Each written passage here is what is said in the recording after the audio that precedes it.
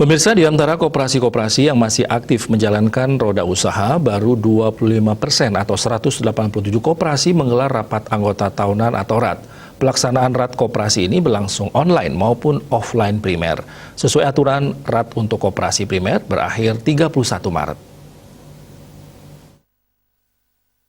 Kepala Dinas Koperasi Usaha Mikro Kecil Menengah UMKM Imade Erwin Suryadarmasena mengatakan, mulai awal Januari hingga akhir Maret ini menjadi momentum penting bagi koperasi.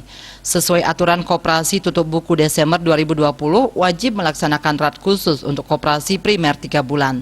Sedangkan koperasi sekunder pelaksanaan RAT 6 bulan sampai Juni mendatang.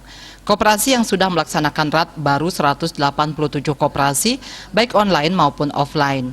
Masih 563 koperasi atau 75% belum melaksanakan RAT sampai saat ini. Ia menambahkan ada koperasi melakukan RAT namun tidak mengundang kepala dinas, padahal pihaknya sudah bersurat kepada koperasi agar mengirim laporan RAT ke Diskop UMKM. Laporan yang disampaikan sangat penting untuk dikirim ke Diskop UKM Provinsi Bali maupun ke pusat.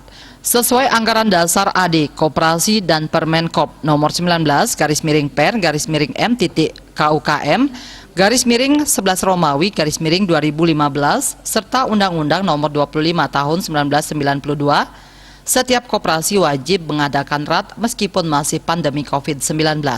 Ia sangat memahami dari tahun 2020 hingga tahun 2021 ini, koperasi menghadapi tantangan cukup berat terutama operasional. Kalau ada koperasi tidak RAT akan ditegur sekaligus dibina. Koperasi yang tidak melaksanakan RAT tidak diberi pelayanan dan fasilitas seperti mendapat bantuan dari Pemkot Denpasar, bantuan Pemprov Bali maupun bantuan pemerintah pusat. Koperasi yang memperoleh bantuan syaratnya harus melaksanakan RAT. Gus Pasma, Denpos melaporkan.